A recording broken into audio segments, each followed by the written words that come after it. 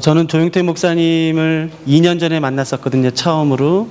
저는 제주열방대학교 성경연구학교라는 그 SBS라는 약자를 사용하고 있는 성경연구학교 책임자로 있는데, 저희 학교에 입학을 하셨었어요.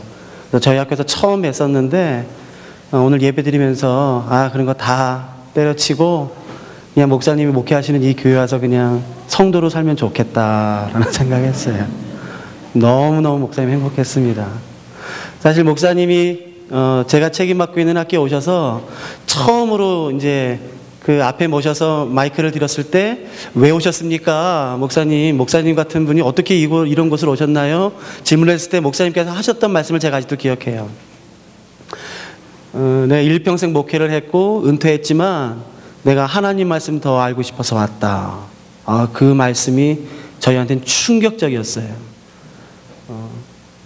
목사님이 배울 게 뭐가 있겠어요? 배우실 게 없는 분이세요. 근데 참 겸손하시고, 그래서 그때 학교의 모든 간사들과 학생들이 참 숙연해졌던 것을 제가 아직도 기억을 해요. 참 너무너무 감사하고, 목사님이 목회하시는 이런 귀한 곳에 와서 말씀을 나눌 수 있어서 제가 정말 얼마나 행복했는지 꿈꾸다 가는 것 같습니다. 목사님 너무너무 감사합니다. 그리고 사랑하고 정말 존경을 표합니다, 목사님. 오늘 나누려고 하는 말씀은 어저께에 이어서 하려고 하는 것입니다. 어저께 저희는 예수 그리스도의 십자가에 대해서 살펴봤어요. 그래서 예수 그리스도를 믿음으로 말미암아 죄인에서 의인으로 바뀌는 신분의 변화를 살펴봤습니다. 우리가 그것을 뭐라고 불렀냐면은 복음이라고 불렀고, 그것을 구원이라고 말씀을 어저께 나눴어요. 그러니까 여러분, 구원이 뭔지 아시겠습니까? 그것은 죄인에서 의인으로 바뀌는 것이에요. 신분의 변화가 일어나는 것입니다. 그러나 기억하세요. 그것은 구원의 전부가 아니라 구원의 한 측면일 뿐이에요. 구원은 두 가지 측면이 있습니다. 첫 번째는 신분의 변화예요.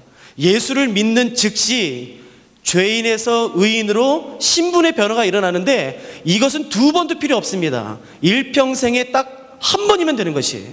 언제요? 예수 그리스도를 믿을 때예요. 자꾸 집회 같은 데 가면은 예수 믿겠습니까? 한번 손 들어보세요. 나 작년에 들었는데 오늘 또 들어야 되나? 그렇게 자꾸 부담 가지신 분이 계세요. 그렇게 드실 필요가 없어요. 죄인에서 의인으로의 변화, 그 신분의 변화는 일평생에 딱 한 번이면 되는 것이에요. 그래서 좀 어려운 말로, 신학적인 어려운 말로는 구원의 즉각성이라고 말을 해요. 단번에 이루어지는 것이에요. 일회적이에요. 그러니까 한 번만 예수 믿으면 신분의 변화는 일어납니다. 그러나 기억하시겠습니까? 그것은 구원의 전부가 아니라 한 측면일 뿐이에요. 또 다른 구원이 있습니다. 그것을 우리는 단번에 이루어지지 않는다라고 하기 때문에, 그러니까 점진적으로 이루어지는 것이기 때문에 어려운 말로는 구원의 점진성이라고 불러요. 한 번에 이루어지지 않습니다. 신분의 변화처럼 단번에 이루어지지 않아요. 눈물 콧물 쏟고 한번 주여 부른다고 되지 않아요. 일평생 걸쳐서 이루어내야 되는 구원이 또 있습니다. 그거는 신분의 변화가 아니라 바로 수준의 변화인 것이에요. 그래서 우리가 구원에서 구원에 이르게 한다라는 말도 그런 의미로 우리가 생각할 수가 있겠지요. 어저께 우리는 신분의 변화, 즉각적으로 이루어지는 예수 그리스도를 믿음으로 말미암아 얻는 구원에 대해서 살펴봤고, 오늘은 저희가 짧은 시간이지만 그리스도인의 성숙이라는 부분에 대해서 저희가 좀 같이 살펴보려고 합니다.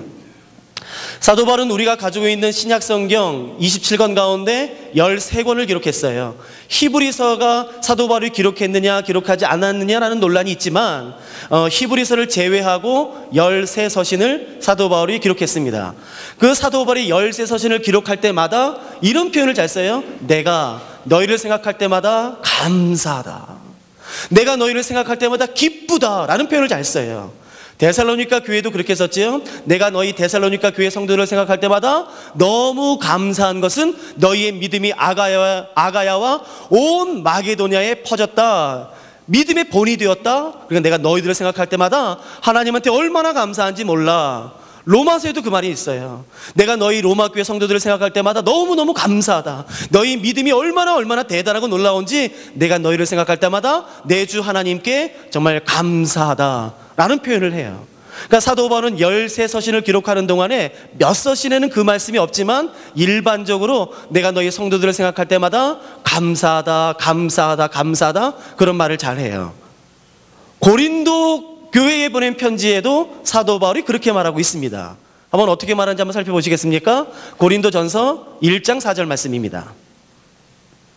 성경을 가져오신 분은 같이 한번 펴보시죠. 고린도전서 1장 4절에 사도 바울이 이렇게 말하고 있지요. 한번 같이 보시겠습니까?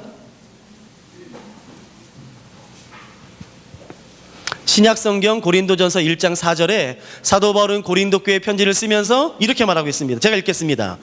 예수 그리스도 안에서 너희에게 주신 하나님의 은혜로 말미암아 내가 너희를 위하여 항상 하나님께 감사하노니 라고 되어 있어요. 그러니까 사도 바울이 고린도 교회를 생각할 때마다 너무너무 감사했나 봐요. 그래서 고린도 교회에 이 하나님의 말씀을 기록하면서 처음 이렇게 써요. 야, 내가 너희 생각할 때마다 참 감사해. 참 어떻게 이럴 수 있어? 감사해. 그러면 그 감사의 이유는 뭘까요? 예, 그 다음 절에 나와 있어요. 왜 사도 바울이 고린도 교회를 생각할 때마다 감사한지 그 이유가 5절에 나와 있습니다. 제가 한번 읽어볼게요. 이는 너희가 그 안에서 모든 일, 곧 모든 언변과 모든 지식의 풍족함으로 라고 되어 있어요. 그러니까 사도 바울이 고린도 교회를 생각할 때마다 감사했어요. 두 가지죠. 뭐가 부족함이 없었지요? 뭐가 풍성했었지요? 언변이요. 언변. 말을 잘했어요. 그러니까 말이 기가 막혔어요. 그러니까 고린도 교회 성도들은 저희가 뭐 그런 배경을 생각하겠지만 고린도 교회, 고린도 지역은 그런 수사학이 발전했던 곳이에요. 수사학. 그렇기 때문에 어렸을 때부터 그런 수사학을 배웠기 때문에 말에 논리가 있고 조리가 있고 말을 기가 막히게 잘했어요. 그러니까 그런 분들이 성도들이 됐으니까 고린도 교회 성도들은 그냥 아무나 세워서 설교를 시키고 강의를 하고 성경 공부를 인도해도 말을 그렇게 잘해요. 말을. 그러니까 사도 바울이 고린도 교회를 생각할 때마다 감사할 만한 이유가 있겠죠. 여러분 한번 생각해 보세요. 말 잘하는 목사님이 좋으세요? 말 못하는 목사님이 좋으세요? 설교 잘하는 목사님이 좋으세요? 설교 못하는 목사님이 좋으세요? 정직히 대답해 보세요. 우리 설교 잘하는 목사님 좋아해요. 말을 기가 막히게 하는 거죠. 저는 이제 뭐 설교하는 사람이지만 한국에서는 저희 신학 이제 뭐 이렇게 말씀 사역자들 안에서 금리빨로 통하는 목사님이 계세요. 말을 그렇게 잘해요. 그렇게. 그러니까 금리빨. 이런 표현을 써지 너무 이렇게 상스럽고 죄송하지만 뭐 어떻게 말을 정말 기가 막히게 잘해요. 우리 조용태 목사님도 말을 기가 막히게 잘하십니다. 금리빨 중에 금리빨이시죠. 또 이제 한국에 또 금리빨로 유명하신 분이 이동원 목사님이세요. 모르시는지요? 이동원 목사님이라고 이제 은퇴하셨지만 말을 기가 막히게 잘하세요. 그분께 저는 같이 못 잡았지만 같이 가서 코스타 강사로 오시잖아요. 가끔씩요. 그 방에 묵었던 분이 저한테 말씀해 주셨는데 잠꼬대도 은유법을 하신대요. 잠꼬대도 직유와 은유, 시밀리와 그 메타포를 써서 그 꿈을 이게 잠꼬대를 하신대요. 잠꼬대도 그렇게 멋있게 하신대요. 그러니까 그분이 말씀하시면 그러니까 말을 기가 막히게 잘해요. 그러니까 금리빨들이 많아요. 물론 최고의 금리빨은 예수님이죠. 황금리빨. 우리의 황금리빨 대신 예수님. 그분 말씀하시면 그냥 끝나요. 그러니까 말을 기가 막히게 잘해요. 여러분 한번 생각해 보세요. 말 잘하는 설교자가 좋아요? 말 못하는 설교자가 좋아요? 이제 곧 새로 목사님 오신다면서요? 설교 잘했으면 좋겠어요? 못했으면 좋겠어요? 잘했으면 좋죠. 뭐.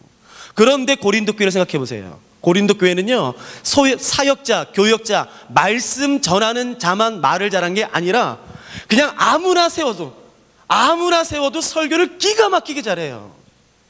말을 잘해요. 근데 여러분 여기서 생각해 보세요. 말만 잘하는 사람이 있어요. 내용이 비어있고 그러면 듣기 싫어요. 한두 번은 들을 수 있어요. 근데 뭐 별 내용도 없이 그냥 말장난만 계속 앞에서 해요? 그러면 듣기 싫어요. 우리가 알아요. 저 사람 말만 잘해. 말만 번드르르 해. 싫어요. 근데 여러분 5절에 보면요, 고린도 교회는 말만 잘했나요? 아니요. 지식도 뛰어났다. 그러니까 말만 잘하는 게 아니라 지식까지도 뛰어났대. 여기서 말하는 지식은 일반 세상 지식이겠습니까? 뭐 과학, 물리, 경제, 주식? 그럴 리가 없지요. 성경 지식이겠지요. 그러니까 고린도 교회 성도들은 말을 잘할 뿐만 아니라, 여러분 이 당시는 아직 신약 성경이 기록되지 않았을 때니까 여기서 말하는 지식은 구약 성경이겠죠. 창세기부터 말라기까지의 구약 성경이겠죠. 그 구약 성경에 대한 지식이 해박했었어요. 그래서 누가 어떤 질문을 해도 막힘없이 술술술술 대답해요. 모두 다. 그냥 교역자, 말씀 가르치는 사람, 저희 같은 사람들만 그렇게 지식이 있었던 것이 아니라 모든 성도들이요. 말도 잘하죠. 성경 지식도 뛰어나죠. 그래서 누가 말하면 그냥 막힘없이 대답하죠. 그러니까 사도 바울이 지금 그렇게 말하는 거예요. 야, 내가 고린도 교회 생각할 때마다 감사해. 어떻게 너희들은 그렇게 말을 잘하냐? 떨리지도 않나 봐. 그 수많은 사람들 앞에서 말도 기가 막히게 논리 정연하게 정말 잘해. 그리고 너희들은 어떻게 그렇게 지식이 뛰어나냐? 한 번 들은 지식을 그걸 어떻게 그걸 다 기억해? 창세기부터 말라기까지 막힘이 없어. 너희들 정말 대단해. 그러니까 내가 하나님께 감사해 라고 지금 쓰고 있는 것이에요. 그런데 감사의 이유가 한 가지가 더 있습니다. 한번 보시겠어요? 7절에 나와 있네요. 너희가 모든 은사의 부족함이 없이라고 되어 있어요. 그러니까 여러분, 고린도 교회는 말만 잘한 게 아니었지요? 뭐가 뛰어났지요? 지식이 뛰어났어요. 말과 지식만 뛰어났나요? 아니요. 한 가지 더 뛰어난 게 있어요. 뭐였지요? 은사예요, 은사. 아니, 세상에 그러면 부족한 게 뭐예요? 아니, 은사까지도 교회에 넘쳤어요. 여러분, 저희가 오늘 살펴보지 못하겠지만 13장, 12장, 14장 그런 고린도전서를 보시면요, 고린도 교회 성도들은 예배 드리는데 은사가 뛰어났어요. 그래서 방언하는 건 유도 아니에요. 어떤 사람은 천사의 말까지도 해요. 와, 여러분, 천사의 말 한번 들어보고 싶지 않으세요? 이게 신학적으로 논쟁이 있어요. 이게 천사의 말이 방언이냐 아니냐 모르겠어요. 저는 저도 논리적으로 정리된 걸 가지고 있지만 잘 모르겠어요. 같은 거든 틀리든 아무튼 대단한 거 아니겠습니까? 천사의 말을 한다니. 아니, 사람이 독일어, 영어, 스페인어, 중국어, 일본어 그런 거 말하는 것도 대단한 건데 어떻게 사람이 천사의 말을 합니까? 그런 영적인 언어를. 방언도 해요. 방언도 한두 개 하는 게 아니에요. 방언도 하고 천사의 말도 하고. 고린도전서 12장과 14장에 보면은 방언만 하는 게 아니에요. 누가 여기서 방언하잖아요? 방언 통역을 해요. 경험해 보신 적 있으세요? 예배 드리는데, 저희가 막 예배 드리는데 갑자기 임재하심 가운데 조용히 들어갔어요. 근데 갑자기 한 사람이 방언을 말했어요. 그랬더니 쥐죽은 듯이 조용히 했다가 갑자기 저 뒤에서 그 방언의 통역이 쫙 나와요. 한번 경험해 보고 싶지 않으세요? 경험해 보신 적 있으세요? 저는 경험해 봤어요. 저희 예수전도단에서는 가끔씩 그렇게 예배를 드리거든요. 그때 한 분이 방언을 쫙 하면은 뒤쪽에서 방언 통역을 하는데, 제가 처음에 그걸 봤을 때 짰나? 짰나 둘이? 아니에요. 근데 아는 사이도 아니에요. 기가 막혀요. 그 짜릿함? 그게 뭐라 그러나? 닭살이 쓴다 그러나? 기분이 굉장히 짜릿해요. 오. 여러분, 근데 고린도전서 12장과 14장 봤더니 방언 통역 정도가 아니에요. 예언을 해요. 여러분 예언 실제로 받아보신 적 있으세요? 저는 굉장히 보수적인 교단에서 자라났고, 어렸을 때 박수 치고, 손을 들고, 교회에서 드럼 치고, 무슨 교회에서 드럼을 쳐요. 저는 그런 분위기에서 못 자라났어요. 그런데 제가 예언을 경험해 봤어요. 누가 저한테 예언을 해주시는데 깜짝 놀랐어요. 내 과거를 어떻게 그렇게 잘 알아요? 정확히 해. 아니, 이거 뭐야, 이거 이단 아니야? 이거 이단이야? 이걸 뭐야, 점치는 거야, 뭐야? 그러면서 저한테 예언을 해주시는데 제 마음이 뜨거워지고 흥분되고 제 안에서 막 방언이 터지고 제가 정말 놀라운 경험을 한 적이 있어요. 근데 여러분, 고린도 교회는 이런 정도는 유도 아니었었어요. 방언 통역, 예언, 심지어 영분별까지 해요. 기가 막혀요. 여러분, 영분별이 뭔지 아세요? 제가 실제로 경험해 왔어요. 그 이단들은 영이 달라요. 근데 한 분이 이단이 문을 열고 들어오는 그 순간에 나가! 그러더라고요. 어디 더러운 것이 와. 그래서 나중에 알고 봤더니 이단이었었어요. 근데 그 영이 정말 분별이 된다는 거예요. 세상에 이런 게 어디 있어요. 꿈 같아요. 동화 이야기 같아요. 그런데 여러분, 고린도 교회는 예배 드리는데 그런 게 비일비재했었어요. 매주마다 일어났어요. 잘 생각해 보세요. 말을 잘해요. 지식이 뛰어나요. 은사가 뛰어나요. 그러니까 사도 바울이 감사할 만하겠지요. 이해되시겠어요? 그러니까 사도 바울이 고린도 교회에 편지를 보내면서 1장 초반에, 내가 너희를 생각할 때마다 정말 하나님께 감사해. 왜냐하면은 너네들은 말도 잘하지, 지식도 뛰어나지, 은사도 뛰어나지, 아, 정말 니네들 대단해.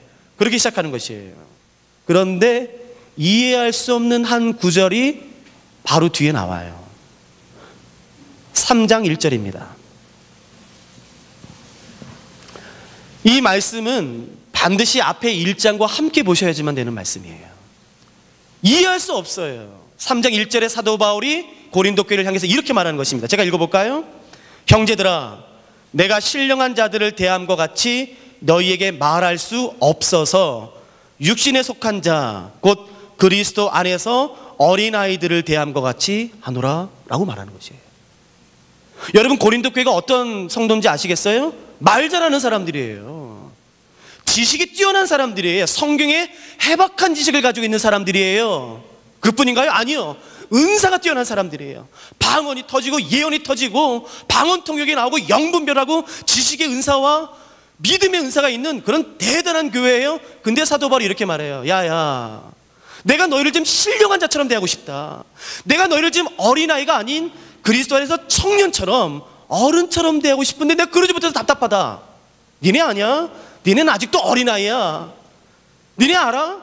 니네가 신령한 자인 것 같아? 아니야. 니네 신령한 자 아니야? 육신에 속한 자야. 어쩐 이해가 안 돼요.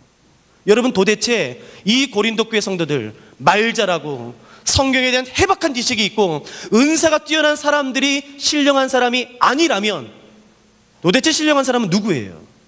아니, 이런 사람들이 어린아이라면 그러면 그리스도 안에서 장성한 사람, 어른들은 도대체 누굽니까? 아, 이런 사람들이 신령한 사람이지요. 이런 사람들이 그리스도 안에서 장성하고 어린이지요. 아니라고 성경이 말하는 것이에요. 여러분, 이해되시겠어요? 그게 성숙함의 기준이 아니다라고 말하는 것이에요. 그게 중요하지 않다는 것이 아니라 지식과 말 잘하는 것과 은사가 뛰어난 것이 그리스도인의 성숙함의 기준이 아니다라고 말하는 것이에요. 그러니까 여러분, 말 잘하는 설교자 좋아하지 마시라고요. 그것에 현혹되지 마시라고요. 그게 중요한 게 아니라고요. 여러분, 말 잘하는 사람이 성숙한 사람이라면, 여러분 혹시 입에 혀에 장애를 가진 친구분들 계세요? 그래서 말을 못하시는 분 계세요? 전 있어요. 저희 열방대학도 있으니까 말을 못해요. 그래서 수화를 해야 돼요. 여러분, 그런 사람들은 일평생 기도하고 경건하게 살아도 성숙해질 수 없겠네요. 말을 못하니까. 그게 아니라는 것이에요. 그리스도인의 성숙함의 기준은 여러분 말 잘하는 데 있지 않아요. 그러니까 여러분, 말 잘하는 설교자한테 현혹되지 말라고요. 지식이 아니라고요. 저는 일반 대학에서 경영학을 전공했고 97년도에 신학대학원에 입학했어요. 저는 신학을 하기 전에 성경을 백독했습니다. 성경 100번 읽었어요. 그리고 제가 1000구절을 암송해요. 그러니까 저보다 많이 읽으신 분 계세요? 제가 97년도까지 100번 읽었으니까 그동안에 얼마나 많이 읽었겠습니까? 제가 성경학교 책임자인데 저보다 많이 읽으신 분 있으세요? 없으실걸요? 그러니까 제가 제일 성숙하겠네요. 아니요, 여러분, 그게 아니다라고 말하는 것이에요. 그 지식이 성숙함의 기준이 아니다라고 성경이 말하는 것이에요. 제가 과거에 그걸 믿었던 사람이라고요. 내가 성경 제일 많이 읽었어. 내가 성경 1000구절 암송해. 그러니까 내가 최고야. 나는 내가 바보 같은 사람이었다고요. 내가 성경을 읽어도 성경의 말씀을 몰랐던 내가 그런 사람이었다고요. 여러분, 기억하세요. 그리스도인의 성숙함의 기준은 지식이 아니에요. 은사가 아니에요. 말 잘하는 게 아니에요. 자, 그러면 제가 질문해 볼게요. 그러면 기준이 뭐예요? 도대체 어떤 사람이 성숙한 것이에요? 은사보다 뛰어난 게 뭐예요?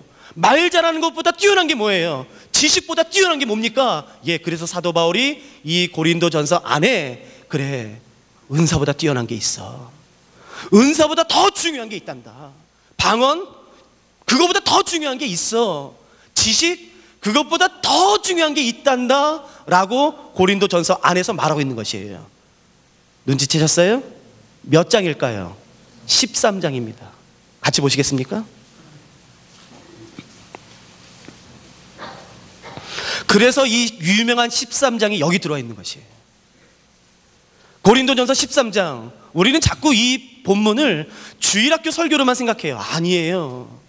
여러분, 이건 주일학생들만 들어야 되는 말씀이 아니라 모든 그리스도인들이 들어야 될 말씀이에요. 제가 읽어볼까요? 1절부터요.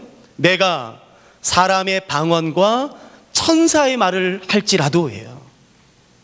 너 방언하냐? 너 방언 한두 개가 아니라 7, 8개를 해?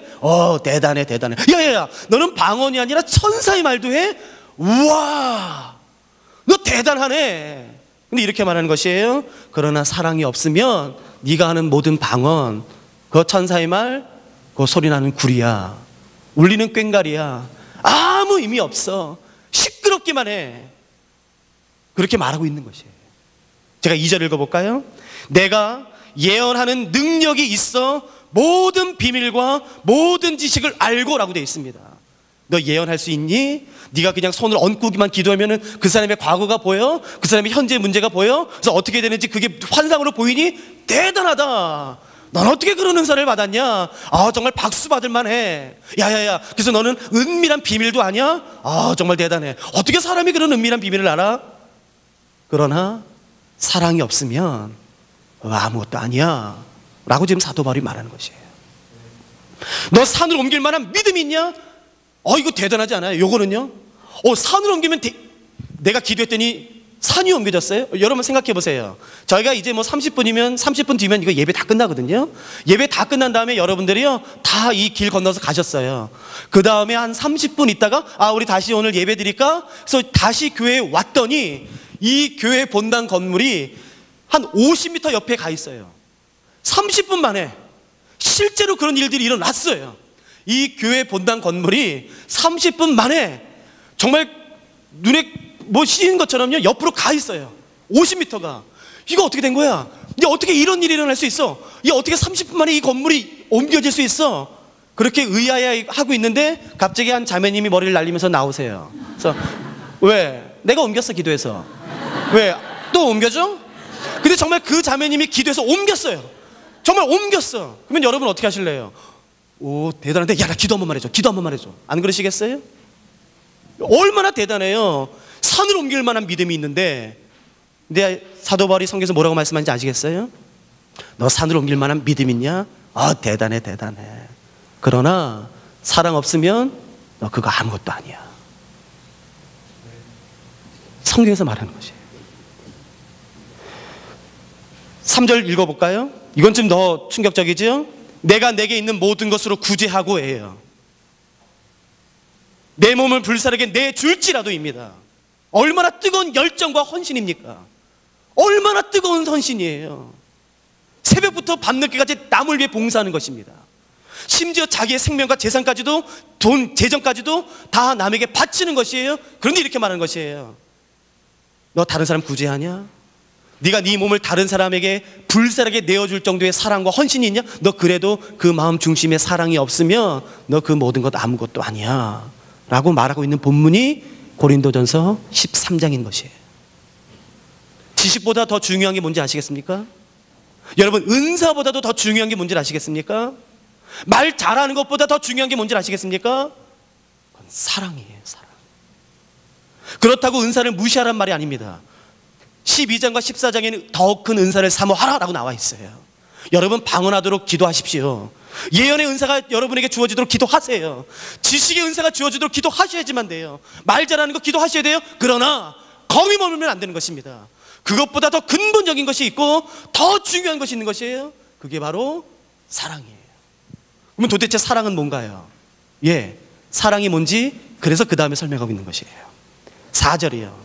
사랑은 오래 참고 온유하며 시기하지 아니하며 자랑하지 아니하며 교만하지 아니하며 무례행치 아니하며 자기의 유익을 구하지 아니하며 성내지 아니하며 악한 것을 생각하지 아니하며 불의를 기뻐하지 아니하며 진리와 함께 기뻐하고 모든 것을 참으며 모든 것을 믿으며 모든 것을 바라며 모든 것을 견디느니라. 이 5가지가 사랑의 정의로 나와요. 여러분, 이 5가지의 정의를 한마디로 요약하면 그게 뭔지 아시겠어요? 사랑은 오래 참어, 온유해, 시기하지 아니하나, 무례행치도 않고 자기의 유익을 구하지 않아. 이 15가지 사랑의 특징을 한마디로 요약하면 뭔지 아시겠어요? 이거예요. 복음서에 나타난 예수 그리스도의 성품입니다. 그거를 한마디로 요약할 수 있어요. 그러니까 성숙함의 기준, 그리스도인의 성숙함의 기준이 뭔지 아시겠습니까? 그 사람이 얼마나 예수 그리스도의 성품으로 닮아가느냐예요. 여러분, 우리가 사는 이 세상에서의 사랑은 뭐로 정의하는지 아세요? 여러분, 사랑이 뭐예요? 뭐 같은 곳을 바라보는 거, 뭐 그런 거 컵에 많이 적혀 있더라고요. 저는 지금 시애틀에서 왔어요. 시애틀에 스타벅스가 유명하잖아요. 제가 스타벅스에서 이렇게 커피 마시는데 거기 뭐 다 그런 것 같진 않아요. 그 시애틀 한 지점에 컵에 이렇게 써 있던데요. Love is feeling 이렇게 돼 있던데요. 사랑은 감정이구나. 여러분, 정말이에요. 우리가 사는 이 세상은 사랑을 어떻게 정의하는지 아세요? 그건 감정이에요. 느낌이에요. 느낌이 좋아 이 사람. 그러면 사랑하는 거죠, 뭘. 그러니까 사랑은 감정이에요. 아니요. 성경은 사랑을 그렇게 정의하지 않습니다. 그러니까 여러분, 오늘 결정하셔야 돼요. 어떤 정의를 따를 것인지 여러분 결정하십시오. 우리가 사는 이 세상에서의 사랑은 감정이고 느낌이라고 정의해요. 그러니까 내 느낌이 좋으면, 감정이 좋으면 사랑하는 것이에요. 그런데 내 느낌과 감정이 변하면요, 사랑하지 않아도 되는 것이에요. 왜요? 그건 사랑이 아니니까요. 사랑은 느낌이고 감정이니까요. 그러나 기억하세요. 성경은 절대 사랑을 느낌과 감정으로 정의하지 않습니다.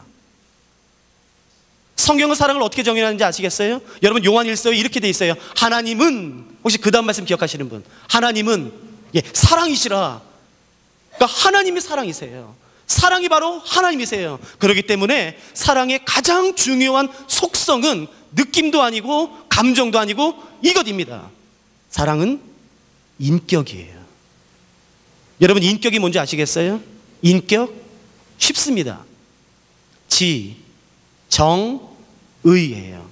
지, 생각, 정, 감정, 의지.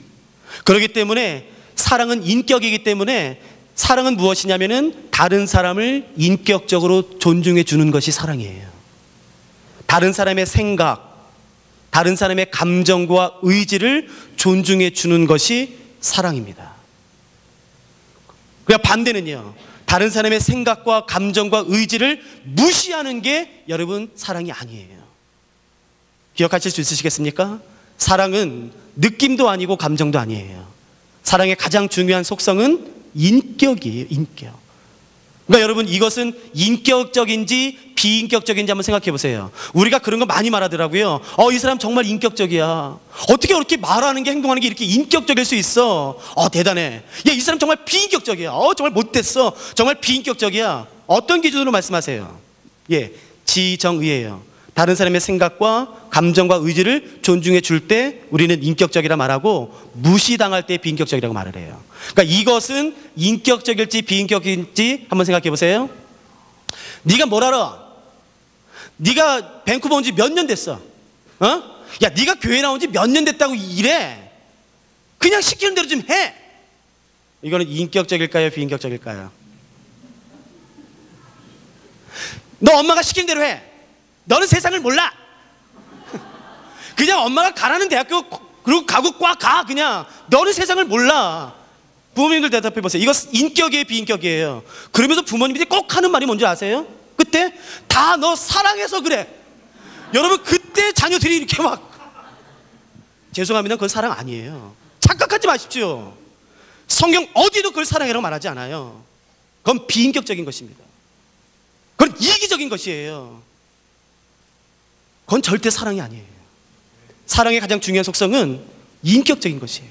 다른 사람의 생각, 감정, 의지를 존중해 주는 게 사랑입니다.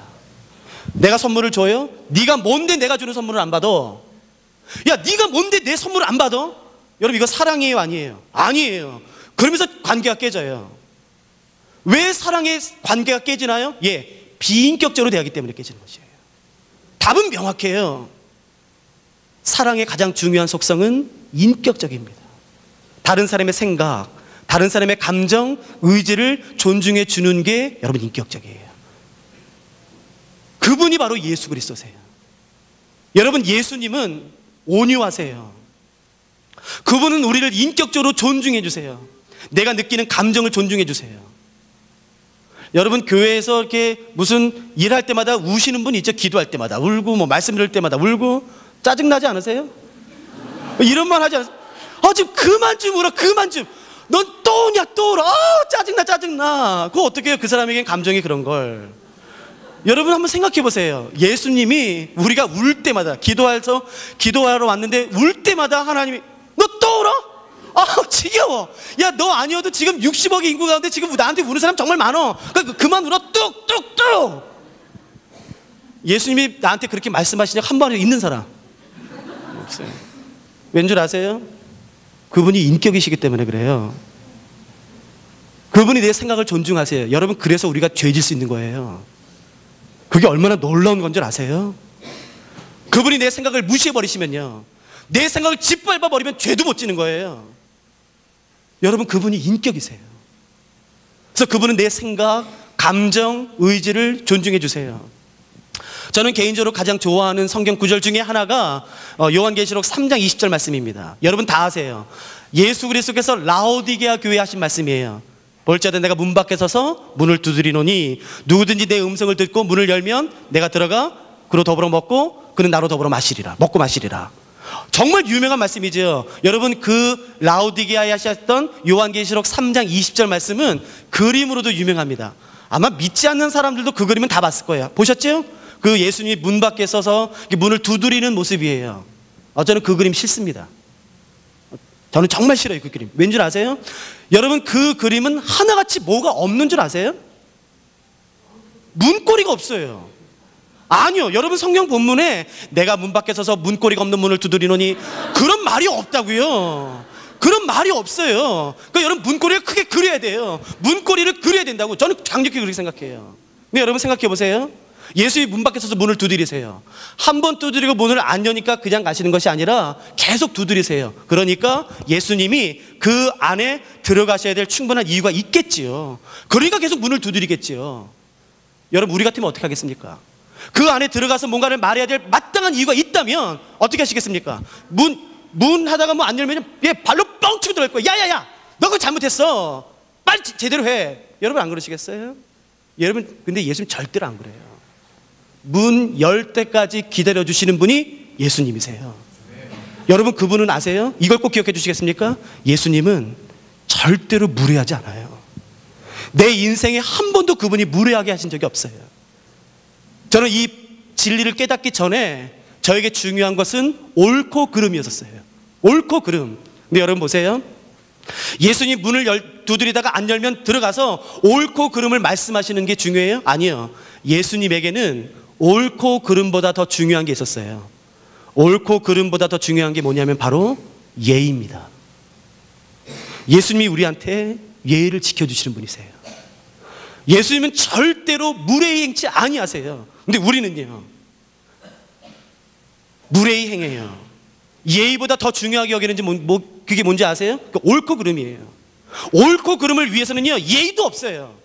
그냥 옳고 그름을 따져요. 그래서 교회가 깨져요. 아니요, 예수님은 우리를 향해서 옳고 그름을 따지신 적이 없어요. 여러분, 예수님이 우리 안에 오셔서 내 안에는 옳고 그름을 한번 따졌다고 생각해 보세요. 여기 있는 사람, 저를 포함해서 아무도 없습니다. 다 나갔어야 돼요. 예수님은 그렇게 무례히 행하시는 분이 아니에요. 여러분, 성숙함의 기준이 뭔지 아시겠습니까? 그건 예수 그리스도의 성품을 닮아가는 것이에요. 말 잘하는 것도 중요하고 언변에 뛰어난 것도 중요하고 은사도 중요하지만 그것보다 더 중요한 것은 내가 예수 그리스도를 닮아가는 것입니다. 그러면 어떻게 하면 닮아갈 수 있을까요?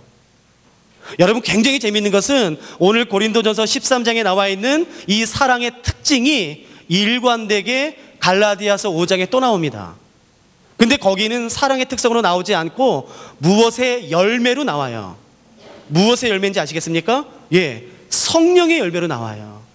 그 성령의 열매 9가지와 오늘 고린도전서 13장에 나오는 사랑의 특징이 일치합니다. 그러니까 이것은 하나같이 뭐냐 하면은 바로 성령의 열매예요. 성령이 임하면 나타나는 현상입니다. 근데 우리는 지금 오해하는 게 있어요. 여러분, 우리 오늘 다 같이 성령의 충만함을 위해서 간구하십시다. 그러면 이렇게 생각할걸요? 오늘 주여 삼창해야 되나? 오늘 목 찢어지나? 오늘 목 쉬겠네. 아니요. 여러분, 성령의 가장 중요한 속성은, 성령님은 파워가 아니세요. 성령님은 초자연적인 현상이 아니세요. 성령님은 인격이신 하나님이세요. 그러니까 그분은 성령님 임해 주시옵소서 라고 기도해야지만 임하시는 분이 아니에요. 작게 속삭여도 임하세요. 성령님 임하시옵소서. 그러면 임하시는 분이세요. 그 성령이 임하면 반드시 나타나는 특징이 있습니다. 여러분, 그건 방언이 아니에요. 성령이 임하면 방언을 할 수도 있고 못할 수도 있어요. 성령이 임하면 예언할 수도 있고 예언하지 못할 수도 있어요. 통역할 수도 있고 통역하지 않을 수도 있고, 성령이 임하면 뭐 금가루가 떨어질 수도 있고 안 떨어질 수도 있어요. 성령이 임하면 쓰러질 수도 있고 안 쓰러질 수도 있어요. 근데 너무 쓰러지려고 그래요. 제가 서울에 한 굉장히 큰 한 7만 명 되는 교회 가서 이제 제가 집회를 했었는데, 예수전도단에서 강사 왔다고요. 그렇게 한 번씩 쓰러뜨려 주길 바래요. 그래서 설교 다 끝나고 기도 다 끝나면요, 여러분 이쪽 줄로요, 굉장히 큰 교회거든요. 이쪽 줄로 쭉 서요. 그래서 간사님 한 번만 쓰러뜨려 주세요. 한 번만 쓰러뜨려 주세요. 제가 미리 말했다고, 저는 쓰러뜨리는 은사가 없습니다. 물론 저도 쓰러뜨릴 수는 있어요. 눈 감으세요. 목을 빡 치면 뭐 자기가 안 쓰러지고 배가 자기 빡 쓰러지지. 근데 제가 그렇게 안 하는 이유는 이게 언제 깨날지 모르니까 하는 것뿐이라고요. 나도 쓰러뜨릴 수 있는 사람이라고요. 날 무시하면 안 된다고. 너무 쓰러져. 너무. 그래서 이렇게 기도하고 가다 보면요, 분명히 이쪽 줄 기도하고 있는데 여기서 뻥뻥 쓰러져요. 그때 제일 놀라는 사람이 강사예요. 내가 이렇게 셌었나? 와, 내가 이렇게 능력의 종이었어? 강사가 놀라요. 성령님도 놀라세요. 성령님도 예수님한테 물어보실 거예요. 예수님이 쓰러뜨렸어요? 나 안 쓰러졌는데. 하나님이 쓰러뜨렸어요? 나 아닌. 제 눈에 지가 쓰러지고 난리야. 뭐. 너무 자원해서 쓰러지지 마시라고요. 뇌진탕 걸려요. 그거 위험하다고. 그게 빡 쓰러지면. 너무 쓰러지려고 하는 것도 문제지만 너무 안 쓰러지려고 하는 것도 문제예요. 이렇게 기도하다 보면요, 아예 작정하신 분 있어요. 나 안 쓰러져. 그래서 다리를 뒤로 빼고 이렇게 그래도 안 쓰러졌어. 여러분, 다리 뒤로 빼면요, 왜 꼭 뒤로 넘어져야 돼요? 옆으로 하면 얼마나 쉬운데. 옆으로 바로 하면 바로 쓰러지는데. 그러니까 여러분 기억하세요. 그런 현상은 나타날 수도 있고 나타나지 않을 수도 있는 거예요. 근데 자꾸 그런 현상에 목마르려 하지 마시라고요. 근데 여러분 보세요. 자, 제가 살아있는 사람 같으세요? 죽은 사람 같으세요? 어떻게 아세요? 제가 살아있는 거를? 움직이는 건 성령이 살아있는 것의 특징이 아닙니다. 제가 봤더니 식물인간으로 지금 몇 년째 병상에 누워 계신 분이 있더라고요. 움직이지 못하고. 근데 그분도 살아계신 겁니다. 움직이는 건 살아있는 것의 특징이 아닙니다. 자, 제가 살아있는 것 같으세요? 어떻게 아세요? 숨을 쉬니까요. 그러니까 딱 보면 알아요. 이 사람 성령 임했는지 안 임했는지. 여러분, 배나무에서 배가 열리는 것은 기적일까요? 자연스러운 일일까요? 그럼요. 사과나무에서 배가 열리는 거는요, 그건 기적이에요. 그러나 사과나무에서 사과가 열리는 건 너무너무 당연한, 노력하지 않아도 돼요. 그냥 사과나무기 때문에 사과가 열리는 것이에요. 성령이 임하면, 그 인격이신 성삼일체 하나님이신 성령님이 우리 안에 임하시면 자연적으로 나타나는 것이 있는데, 그거를 갈라디아서에서는 성령의 열매라고 말하는 것입니다. 성령의 열매는 이것이니, 찾지 마세요. 다 아시니까. 자, 제가 한번 해볼게요. 성령의 열매는 이것이니, 방언, 통역, 영분별, 금가루, 쓰러짐. 맞아요? 그런 거 아니라고요. 성령의 열매는 이것이니, 사랑, 희락, 화평, 오래 참음, 자비, 양선, 충성, 온유, 절제예요. 고린도전서 13장과 동일해요. 성령이 임하면 우리 안에 사랑이 있기 시작해요. 성령이 임하면 우리 안에 희락, 기쁨이 있기 시작해요. 여러분 개그 콘서트 보세요? 저도 보는데 할리할리 요즘 그런 건 안 부르시죠? 여러분 너무 공부만 하시나 보죠?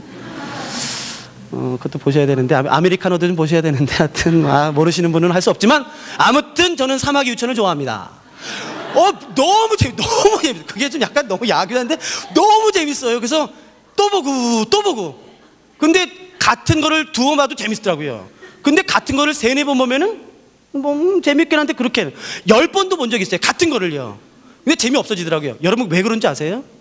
왜 그런 것을 계속 반복해서 볼 때 기쁨이 점점 줄어드냐면요, 기쁨의 근원이 사람 밖에 있기 때문에 그래요. 그래서 잘 들어보세요. 성령이 우리 안에 임하시면, 그 인격이신 성령이 우리 안에 임하시면 기쁨의 근원, 그 희락의 기쁨, 그 근원 자체가 우리 안에 들어오는 것이에요. 그렇기 때문에 내 주변의 상황이 어떠하든지 간에 내 뜻대로 되든 되지 않든, 내가 어떤 절망과 질병 가운데 있든지 간에, 내가 어떤 상황 가운데 있든지 간에 기쁨의 근원이 내 안에 있기 때문에 기뻐할 수 있는 것이에요. 세상 사람들은 절대 이해할 수 없는 요한복음 14장에 말씀하신 바로 그 평안함과 그 기쁨인 것이에요. 누가 오늘 이 기쁨으로 내 기쁨 삼겠습니까?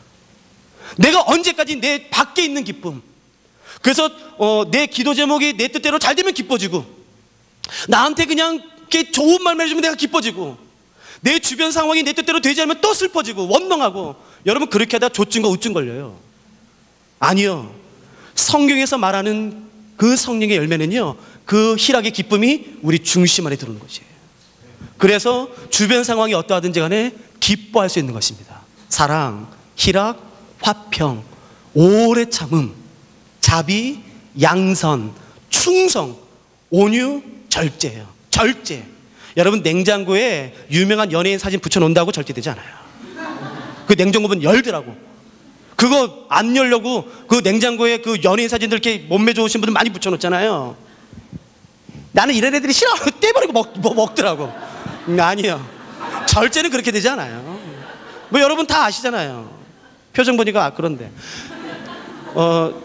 성령의 열매가 절제예요. 여러분 성령이 임하면 우리가 그렇게 살 수 있게 되는 것이에요. 내가 노력해서 되는 것이 아니에요. 여러분 스가랴 말씀을 꼭 기억하세요. 이는 내 능으로 되는 것이 아니에요. 여러분 우리가 얼마나 많이 노력해 봤습니까? 우리가 얼마나 금식도 해봤고 절제도 해봤고 수많은 종교적 의식을 해봤습니까? 여러분 기억하세요. 종교적인 노력과 의식으로는 절대로 안 돼요. 이것을 가능하게 하신 분이 누군지 아시겠습니까? 성령님이세요. 성령님이 우리 안에 오기 시작하시면, 충만하게 임재하기 시작하시면 우리 안에 예수 그리스도의 성품이 드러나기 시작하는 것이에요. 예수 그리스도. 이제 말씀을 마치려고 합니다. 여러분 내 안에 분명히 예수 그리스도가 계신데, 내 안에 분명히 성령님이 계신데 왜 모를까요? 왜 이렇게 능력이 나타나지 않을까요? 예, 간단합니다. 여러분 예수 그리스도께서 첫 번째로 하셨던 기적이 뭔지 기억나세요? 예수님의 첫 번째 기적, 요한복음 2장의 가나의 혼인잔치예요. 그 가나의 혼인잔치에서 물을 포도주로 바꾼 그 기적이 예수님의 첫 번째 기적입니다. 근데 여러분 생각해 보세요. 예수님이 그 제자들과 함께 그 가나의 혼인잔치에 계셨어요. 그 자리에 계셨어요. 그런데 어느 누구도 몰라요. 예수님이 분명히 제자들과 함께 그 가나의 혼인잔치에 와 계신데도 불구하고 누구도 예수님이 자기와 함께 있는 걸 몰라요. 여러분 생각해 보세요. 이 자리에 뭐 오바마 미국 대통령이 와 계시다면 여러분 모를 수 있겠냐고요. 어떻게 몰라요? 우리가 다 알지. 그런데 온 세상을 창조하신 그 예수 그리스도께서 제자들과 함께 내가 참석한 그 혼인잔치에 같이 있음에도 불구하고 사람들이 몰라요. 내 옆에 예수님이 지나다니는지 와 계신지도 몰라요. 근데 언제 사람들이 알기 시작하는지 아세요? 예수님이 손님의 자리에서 그 잔치의 주인이 되기 시작하셨을 때에 드디어 사람들이 깨닫기 시작해요. 그 종에게 이 물을 떠서 연회장의 손님에게 갖다 주라 라는 명령은 오직 누구만 할 수 있는 것이냐면 손님이 아닌 것이에요. 누구지요? 주인만이 할 수 있는 것이에요. 예수님께서 그 혼인잔치에 손님으로 계셨을 때는 어느 누구도 몰랐습니다. 그러나 주인이 되셨을 때에 비로소 사람들이 알기 시작해요. 그러니까 여러분 이 말씀을 꼭 기억해 주십시오. 내 삶에 내가 예수 그리스도를 아무리 영접했다 할지라도 내 삶에 그분이 손님으로 계시는 한 절대로 예수 그리스도의 능력은 나타나지 않을 것이에요.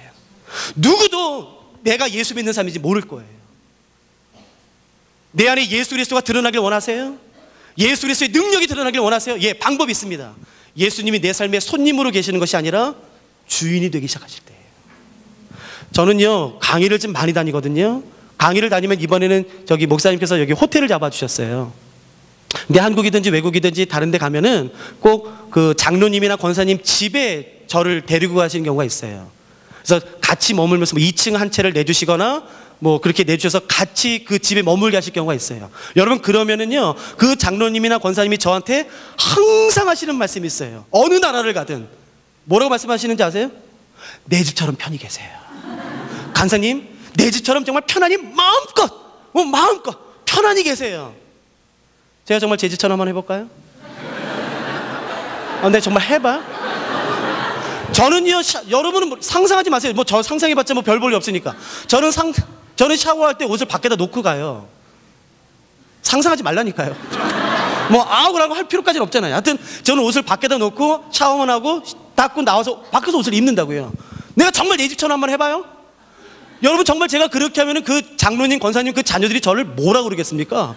어이, 변태야, 변태. 야, 무슨 변태 강사 왔어, 이상한. 여러분이 여러분의 집이라면, 하숙이 아니라 여러분의 집이라면 여러분의 집에서 열지 못하는 문이 있으세요, 없으세요? 당연히 없죠. 여러분의 집에서 열지 못하는 서랍이 있으세요, 없으세요?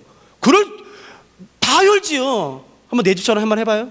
근데 2시 반에 새벽에 일어나가지고 오늘 뭐 방문이나 좀 열어볼까? 그래서 장로님이랑 권사님이 주무시는 안방에 가서 문 탁 열고 들어갔는데 장로님이 권사님이 깨셨어요? 어머, 뭐 하세요? 괜찮으세요? 주무세요. 저는 그냥 방 좀 다 둘러보고 있으니까 그냥 주무세요.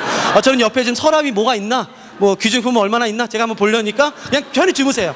여러분, 그래서 제가 제 서랍을 열려고 하면은요, 그 장로님, 권사님이 저한테 뭐라고 그러시겠어요? 미쳤어.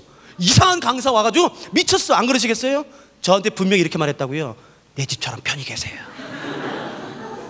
여러분, 우리가 꼭 그렇게 예수님에게 한다고요.